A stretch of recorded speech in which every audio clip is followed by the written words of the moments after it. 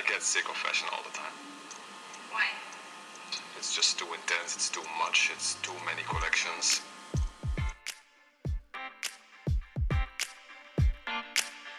Historia y Moda es un recorrido por la historia de nuestra cultura, el arte, la economía, la política y los roles de género, teniendo la moda como hilo conductor.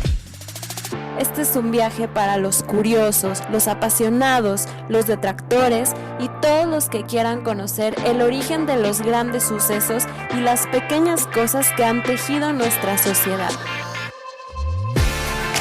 Somos Diana y Ceci y te acompañaremos en este apasionante viaje. ¡Bienvenido! ¡Comenzamos!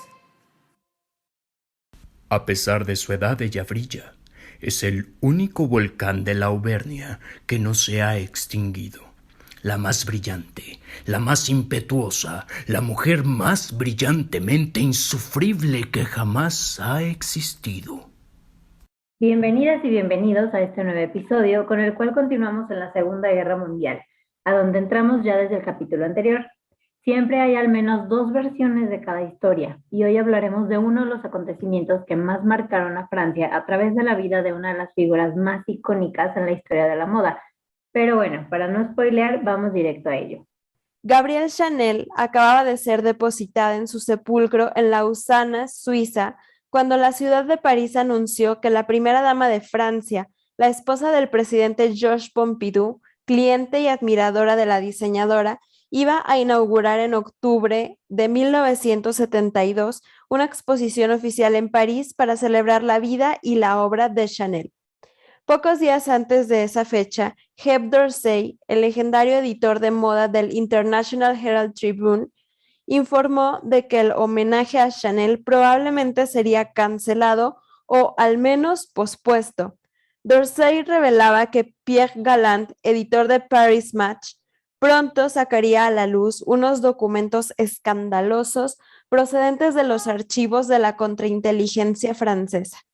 Dorsey alegaba que Chanel había tenido un affair durante la ocupación alemana de París con el barón Hans Günther von Dinklage, un peligroso agente del Servicio de Información alemán, posiblemente un agente de la Gestapo.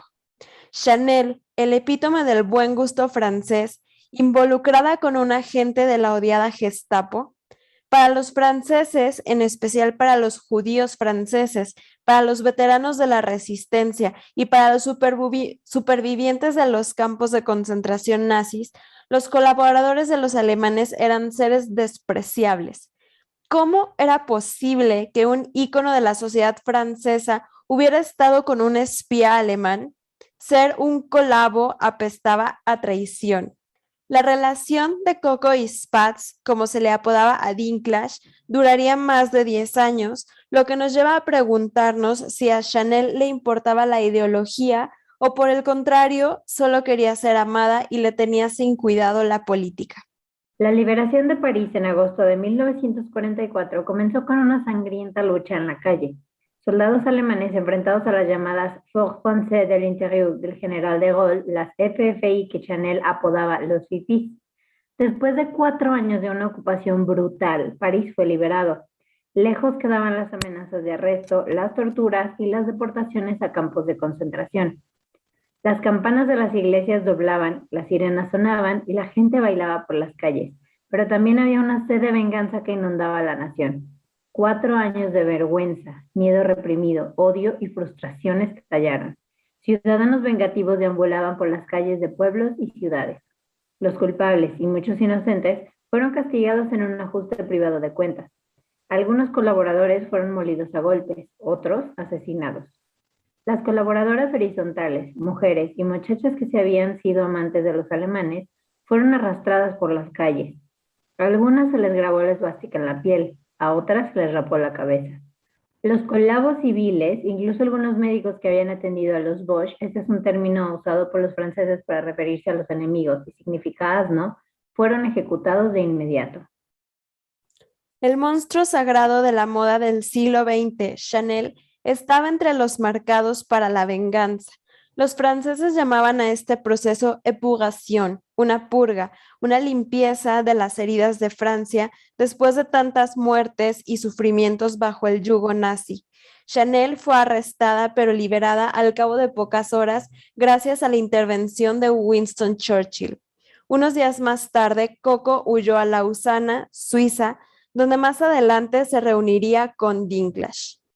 Durante el proceso de limpieza de la posguerra, 7.037 personas fueron condenadas a muerte, pero solo unas 1.500 fueron ejecutadas. El resto de sentencias de muerte fueron conmutadas por penas de prisión. Fue necesario que pasaran 2 años tras la liberación para que la Corte de Justicia francesa promulgara una orden judicial urgente que obligaba a Chanel a presentarse ante las autoridades francesas. El 16 de abril de 1946, el juez Roger Serre ordenó a la policía y a las patrullas fronterizas francesas que llevaran a Coco a París para ser interrogada. Un mes más tarde, ordenó una investigación completa de sus actividades en tiempo de guerra. No fueron las relaciones con Dinklage lo que atrajo la atención de Serre, sino más bien que había descubierto que Chanel había cooperado con la inteligencia militar alemana y había colaborado con un traidor a Francia, el barón Louis de Beaufort. Durante su interrogatorio y su testimonio, Chanel afirmaría que las historias de Beaufort eran fantasías, pero la policía francesa y los documentos del tribunal decían otra cosa. Mientras los miembros de la resistencia francesa mataban a alemanes en el verano de 1941, Chanel era reclutada como agente de la Abwehr. El trabajo de Faucheland consistía en identificar a los hombres y a las mujeres que podían ser reclutados o coaccionados para espiar para la Alemania nazi. Pero regresemos todavía más en el tiempo para entender quién era Coco Chanel. Gabrielle Chanel, que con los años llegaría a ser la esencia del chic francés, nació en 1883 en un hospicio para pobres. Provenía de una familia de campesinos. En 1895, tras la muerte de su madre, su padre puso a sus 2 hijos a trabajar en una granja y mandó a Gabrielle, que tenía 12 años, y a sus 2 hermanas a un orfanato a la agreste región de Corrèze en la Francia central. Allí, en el orfanato, las hermanas Chanel vivieron como pupilas de las monjas católicas.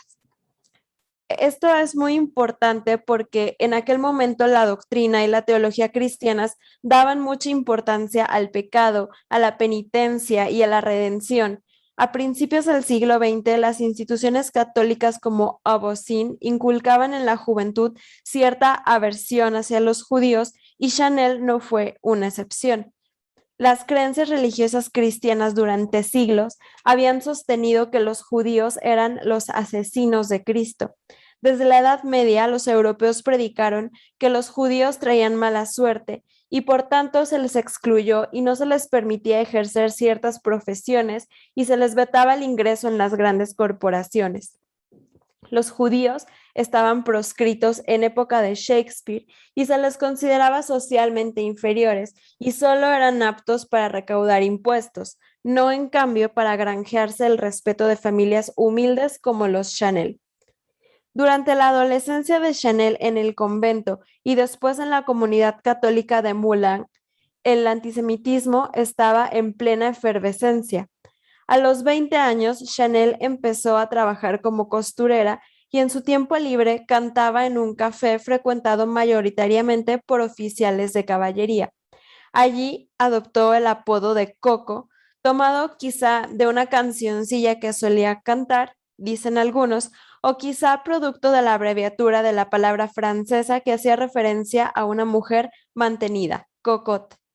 Eran sus brillantes ojos negros, su atractiva silueta y su esbelto aspecto casi infantil, lo que a la larga cautivó el corazón del adinerado exoficial de caballería Etienne Balsan.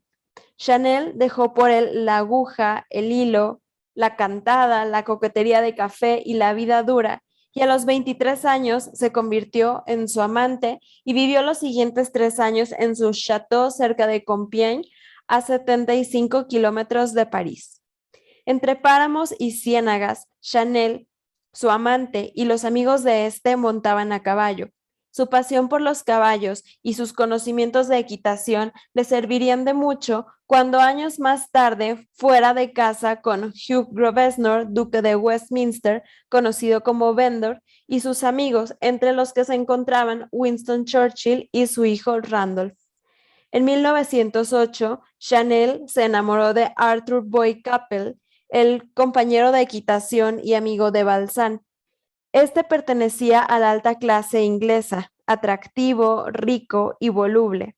En 1908, Boyd instaló a Chanel en un apartamento en París y la ayudó a fundar un negocio de fabricación de sombreros para mujeres. ¿Te está gustando este episodio? Escúchalo completo en Patreon y apoya este proyecto al mismo tiempo que formas parte de nuestra comunidad de mecenas y accedes a más contenido exclusivo como videopodcast, masterclasses, bibliografía, biblioteca digital, etc. Este podcast no sería posible sin tu apoyo. Encontrarás el link en la descripción.